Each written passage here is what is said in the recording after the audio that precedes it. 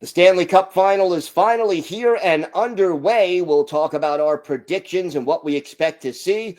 Plus, free agency is just around the corner. We'll have that on a deep dive with Mitch Marner and more coming up on this week's NHL Squad. You are talking puck with the NHL Squad Show, sponsored by Game Time.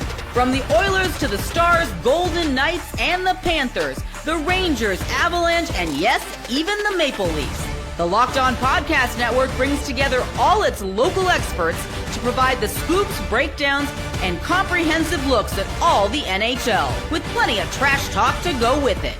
Don't miss the hard hits and glove-dropping hot takes on the Locked On NHL Squad Show. It's time to drop the puck. Gil Martin here, and welcome everybody to the NHL Squad. Sit back, grab your favorite beverage, and join us as we get you ready for another wild week across the National Hockey League. We are part of the Locked On Podcast Network, your team every day. Today's episode is brought to you by Game Time. Download the Game Time app, create an account, and use code LOCKEDONNHL for $20 off your first purchase. We have got a great panel here today. David Morassutti of Locked On Leafs and Eddie Garcia of Locked On LA Kings are here with us. And gentlemen, the Stanley Cup Final is here. It's a rematch. We are recording this before Game 1. Let me hear what you expect to see in this series and maybe eventually who you think is going to win and why. Well, I'm expecting this to be an absolute bloodbath. I think these are two teams that now know each other quite well. And I think if you're the Oilers, sour taste in your mouth, right? Almost made the 3-0 comeback, only to lose in Game 7. The Panthers have been on another impressive run this year, but I think these are two teams that are really pretty much set for a collision course. It's going to be fascinating to watch. Yeah, I'm typically not that excited when we see a rematch, of the Super Bowl or whatever. But I also can't really look at these two teams and not say it certainly seems like the two best teams are meeting. And if you're a fan of a sport, how can that not be a compelling matchup? And I do kind of feel like this is a little more interesting than your typical kind of a rematch. There's so many different things that you can point to that make this seem like it's going to be another classic. And certainly last year was a little odd because you got Florida jumping out to the 3-0 lead and everyone saying, oh, it's over. And then here comes Edmonton and forces a Game 7. And now you're like, oh my God, this is amazing. Is this going to be one of the epic choke jobs of all time? Turns out that doesn't happen, but it's a great Game 7, a 1-goal game. Could have gone either way. This time around, they're two really similar teams, as far as not only what they were a year ago, some changes, but not huge. I mean, I guess you could point to Marchand being a big name that's now involved, but the core of both teams are pretty much the same. I think there was a stat that each team has had 19 different goal scorers so far in the playoffs. The only real kind of big difference is this time the Oilers have home ice. Is that going to be the difference if it does go a Game 7? So I think there's a lot of things that are pretty interesting. You could say on the one side, well, Edmonton's the hungrier team. Well, you can also say, well, but Florida knows how to win the big game where Edmonton hasn't done that. So the only thing I would really be surprised at is if this series doesn't go at least 6. I think it'll go 7. I want it to go 7. But if it's a short series this time around, that would be the only thing I think I would be pretty surprised at.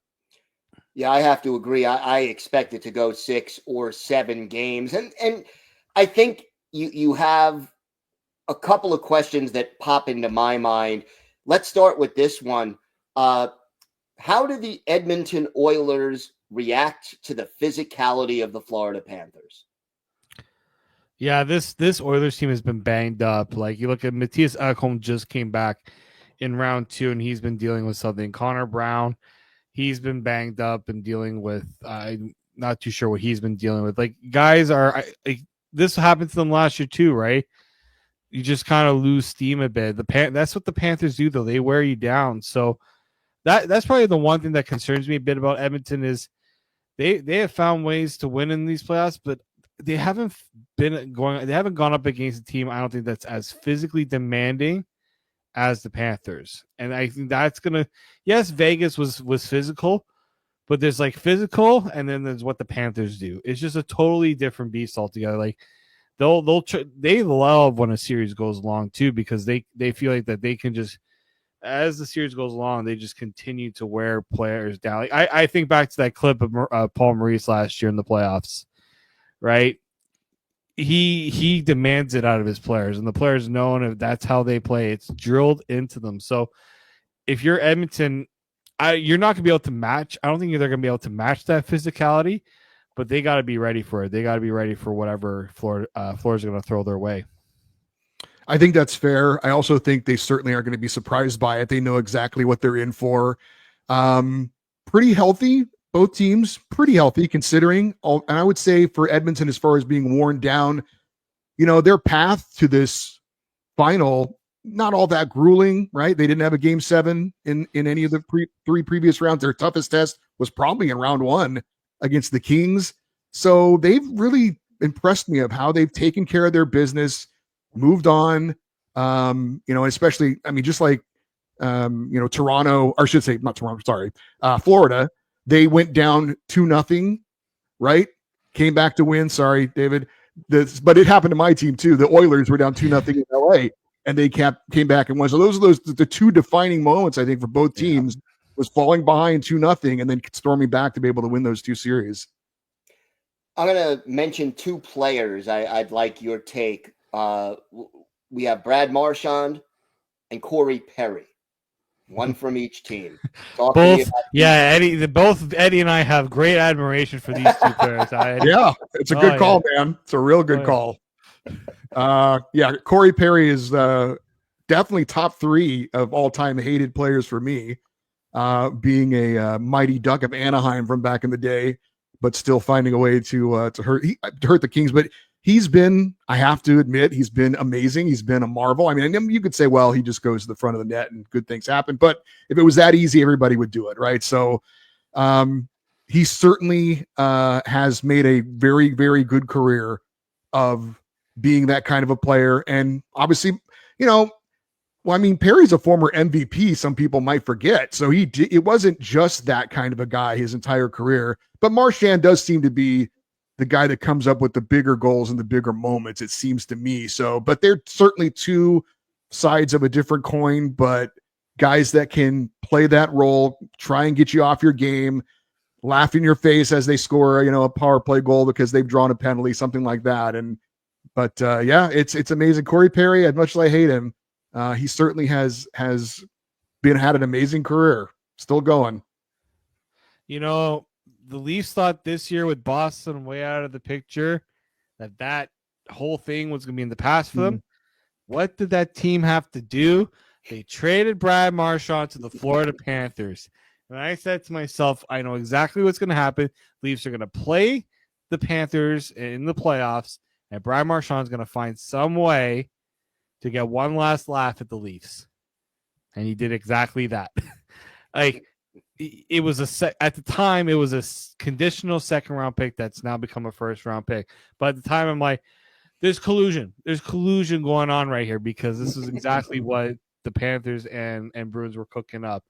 But Brad Marchand, I'll give him credit, did not have the greatest regular season. He dealt with injuries, just not as productive the last couple of years. And then come playoff time, it's been a totally different story for him. He has really excelled with the Panthers. Even he fits that team to a T. He's a pain in the rear. He's very productive, and the moment doesn't seem too big for him. Like, they asked him about playing in game 7 and how a high stakes game. He's like, these guys went to the Cup Final last year. Why are we talking about game 7 of a round 2 being high stakes for this team? Like, just the confidence and the way that his aura is exactly what this Panthers team is all about. It was like a match made in heaven. Vomiting, like it's a virtual vomit from myself actually talking about this. But yeah, he's the Corey Perry for this year's Panthers team, right? In a lot of ways. I think Perry has been a little more surprising, especially in the moments that he has really thrived, and how obviously his age. but Marchand's not too far behind. All right, so we're recording this before game one. By the time it airs, will be after game one. But guys, let me hear your prediction. Who wins in how many games and why? Oh, you go first, Eddie. Well, I've got a couple of reasons behind my madness. I'm picking the Oilers in 7. Part of it is because they have home ice advantage this time, and I think they're 6-1 at home going into the finals on home ice. I think maybe it's better, a little better than that. But anyway, and then also I've picked against them the entire postseason. So I'm hoping that my mojo will flip this and that the Panthers will win. But yeah, I'm picking the Oilers in 7. Like I said, in all seriousness, I've doubted them. They've answered my skepticism every time.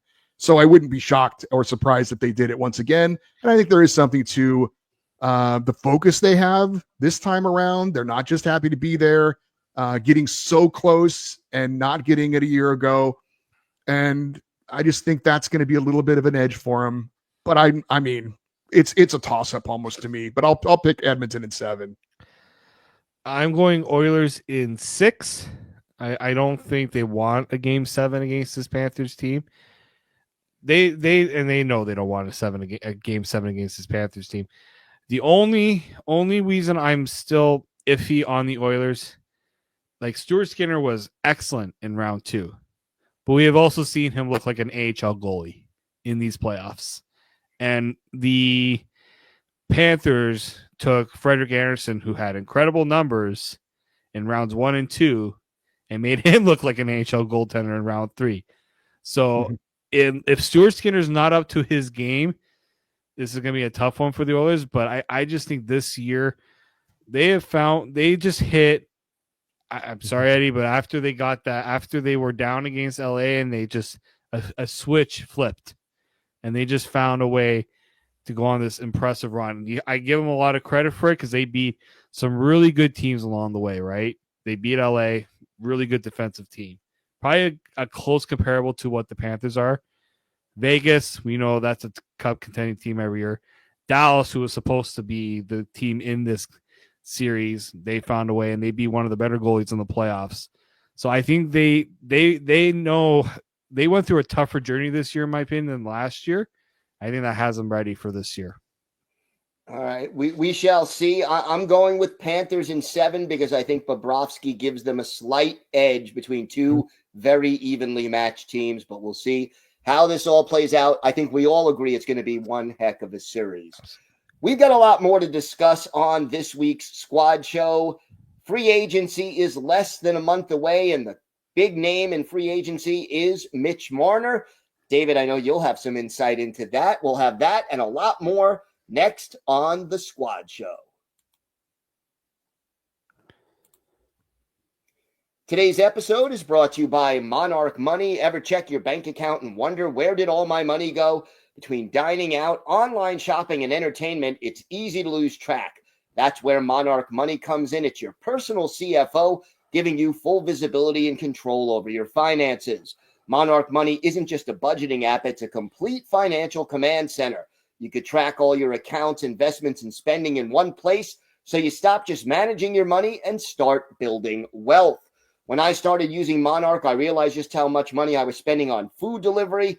Now I budget smarter and save more. I mean, I love eating out, but not at the expense of my financial well-being.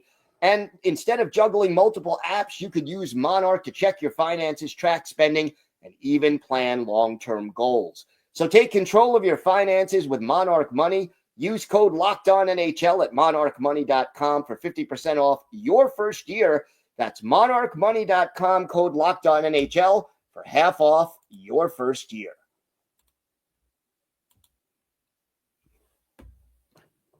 So free agency is approaching. The biggest name out there, according to everybody, Mitch Marner, formerly of your Toronto Maple Leafs, David. First of all, how much money do you think Marner's going to get as an AAV? And what do you think he's going to look for in a team to go to? Yeah, that's the big one for me is what does he really want? Does he want to go to a contending team? Does he want to go to the team that's going to offer him the best deal or the best environment for himself? I think, like, yeah, is there a chance he can come back to Toronto? There's always a chance. But the thing is, I think he wants a change in scenery. He wants to go somewhere maybe he's not going to get as scrutinized as he has been in Toronto. Like, the guy put up 102 points, and people are kicking him out the door in Toronto, right? So I think he just has had enough of it. So in terms of a contract, well, everyone brings up the Mikko Rantanen deal as like no one could go above Mikko Rantanen. Well, Mikko Rantanen didn't go to free agency. Mikko Rantanen is not going to have teams courting him, throwing a lot of money at him. If he was if Mikko Rantanen went to free agency, he probably would be commanding a pretty decent deal. I think Marner, that number is going to start with a 12. Now, how close it gets to 13, I don't know if a team's going to give him 13. I think that's a little too rich, but he's going to be in the 12s. I think the Athletic had it projected at like 12.9, which, God, just make it 13. Why are you doing a 12.9? But I think he's in the 12 to 12.5 range. It's not that much more than what Rantanen got. And let's not forget that Rantanen did also get the extra year. He got the 8 years. Marner's only could get a max of 7 on the free agent market. So that's where I think the extra cap, the extra money goes into making up for that 8th year he would not get in free agency. I'm really fascinated about the Mitch Marner thing. I think he's done a great job of not tipping his hand in any way about where he might be leaning. Let those teams negotiate against each other, get that price up as high as you can go. But I'm really curious what he wants, and I don't know that he has really revealed anything. And how does he? What happens when he gets to a place where it's about him, but the pressure is not the same, right?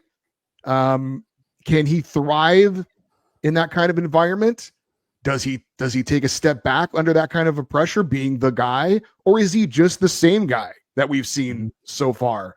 So I don't have an answer for any of that, but I'm really fascinated to see where he goes, how high the price is, and how he responds to that change of scenery. I'm really interested to see what that looks like.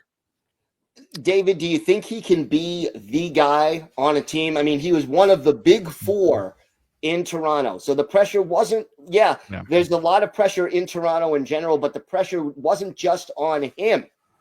If he has to carry a team offensively, do you think he takes a step back, as Eddie was saying, or do you think he handles that in stride? I think part of him wants to be known as the guy. You don't go to free agency and ask for a boatload of money if you don't want to be the guy as well, right? He's been stuck in a way in Austin Matthews' shadow, right? He was drafted before Austin Matthews, but he came in at the same time as Austin Matthews, and Austin Matthews had the aura of being the first overall pick and all that. He was never going. He at times there was a bit of back and forth of who was the franchise guy and all this. But at the end of the day, it's always been Austin Matthews. The Leafs had always prioritized him, especially when it comes to contracts and all those things. They made Austin Matthews the captain. I think that pretty much tells you how much they viewed Austin Matthews as the guy over Mitch Marner. So I think wherever Mitch Marner goes, he's either going to be the guy or he is going to be pretty close to whoever is the guy in the team he's going to. I think that it all depends on where he goes. If he goes to a team that doesn't have that established star, he goes right in and he is the head honcho. Eddie, how much does it concern you? If you were an NHL general manager, how much does the playoff struggles that Marner has had concern you? It's legit. But I think you also have to balance out the fact that how many players like him really become available. It's so rare, especially at his age. It's worth the risk.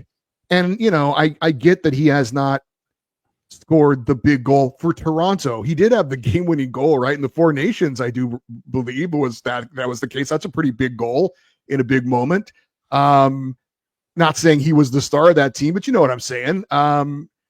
So And I think he was a point per game player in the playoffs this year too. So it's not as quite as bad as I think it's being portrayed. Although I do get what people are saying. If you are going to make him the highest paid player in the game, or if you're going to put him in that category, shouldn't that guy be that type of a guy that's going to get you at least one game-winning goal in a key series, something like that? So, but I think it's worth the risk. Like I said, I just don't think players like him become available that often. Is he going to be another 100-point player in a different situation? I don't know, but he's certainly going to still command, around 90 points, I would think, even if he goes to, I don't know, Carolina or something like that. So, yeah, does it concern me? Yes, because I'm going to be paying a lot of money for that guy. But do I go into it with my eyes open as far as what he's done in his past? I'm willing to make the assumption that he's going to make our team better, even if he isn't the guy. Where do you think are some of the better places for him to end up, or where he's more likely to end up? Oh, I hate to say this. I could see him going to Vegas. They're so aggressive. The things they do, I don't know how they'll make it work, but I could see them doing something to land a big player like him and change their fortunes. I don't see them as a team or an organization that stands pat very often. And I just would not be surprised at all to see the Vegas Golden Knights go out there, be aggressive like they always are, make it work somehow, and get a player like him. And he would be so embraced in a place like Vegas where they love the Golden Knights so much. It's their team.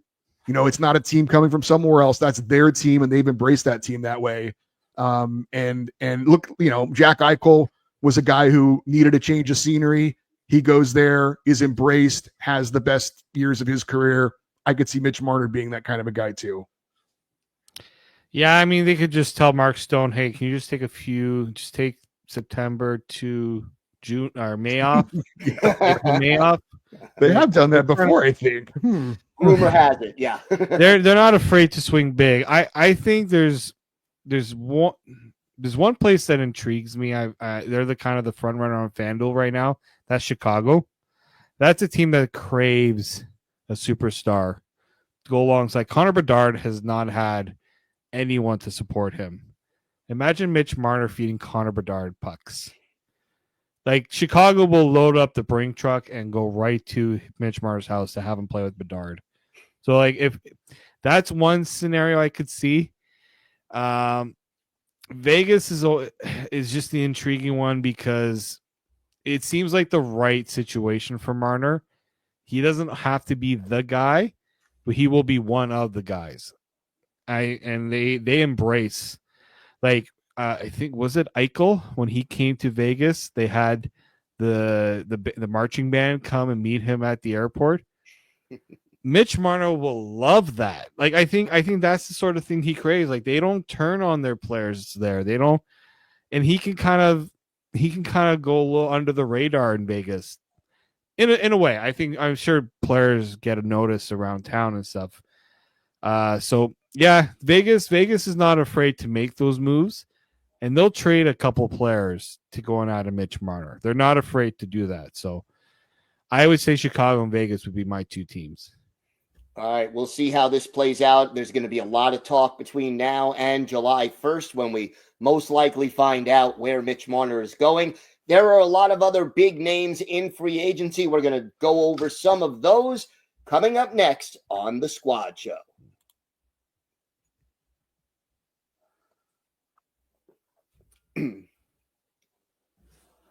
So, gentlemen, there are a lot of other big name free agents out there. Anybody in particular catching your eye? Eddie, let's start with you.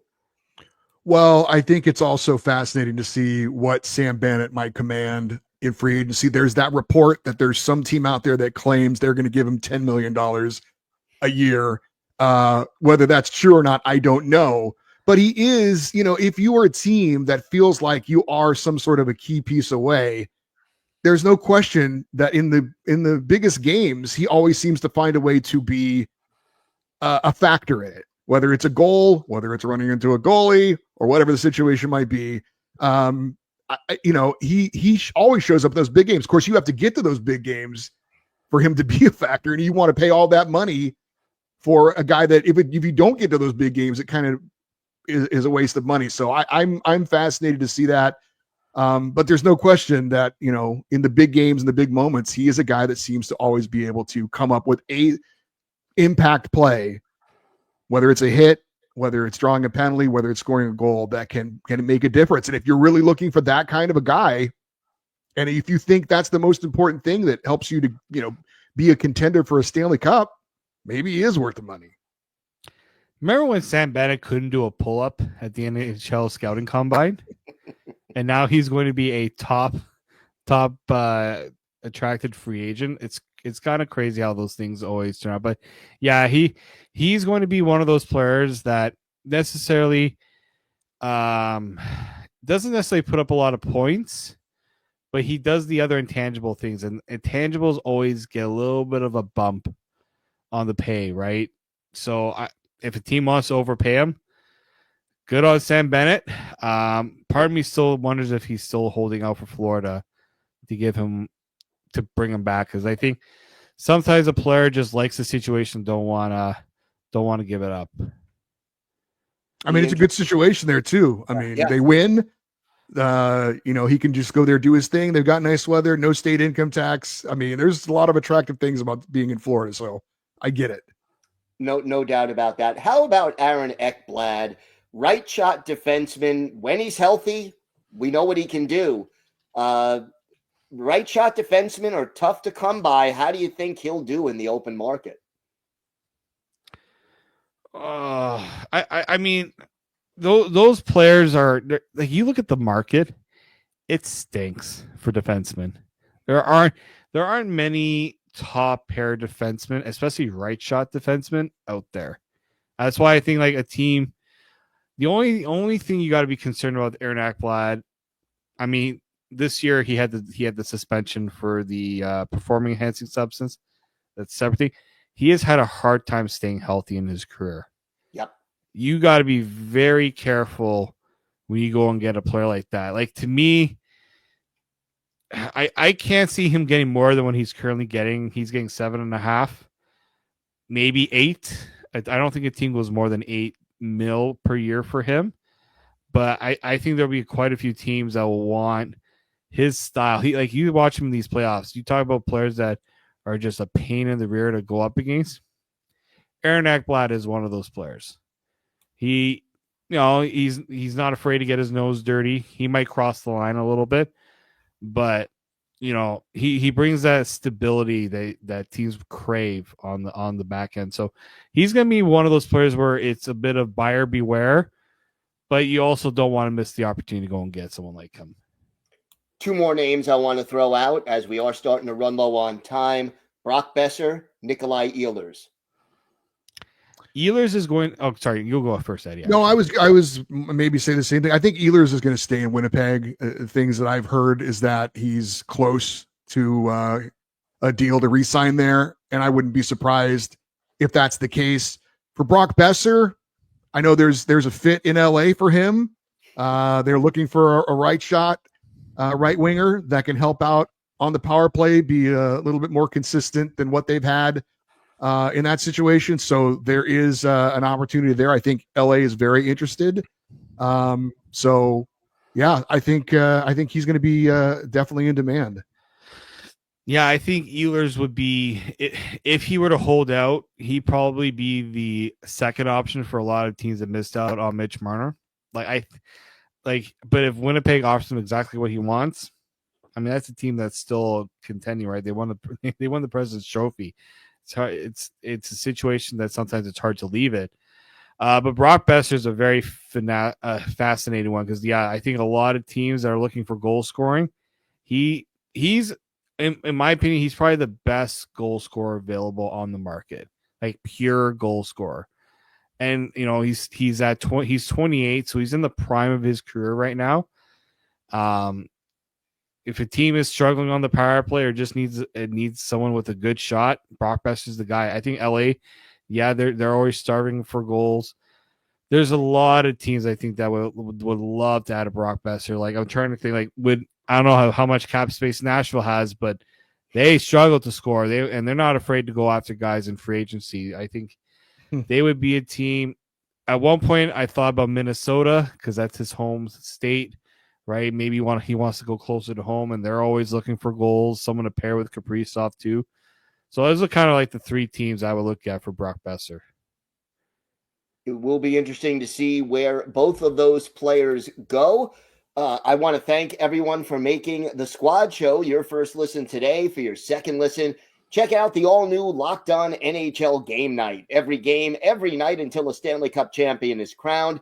Get local analysis on a national scale. You can find NHL Game Night on Locked On NHL on YouTube or wherever you listen to podcasts. It's part of the Locked On Podcast Network, your team every day. I want to thank David Morassutti of Locked On Leafs, Eddie Garcia of Locked On LA Kings for joining me today. Have a great day, everybody. We'll be back next week with another exciting episode of the NHL Squad Show.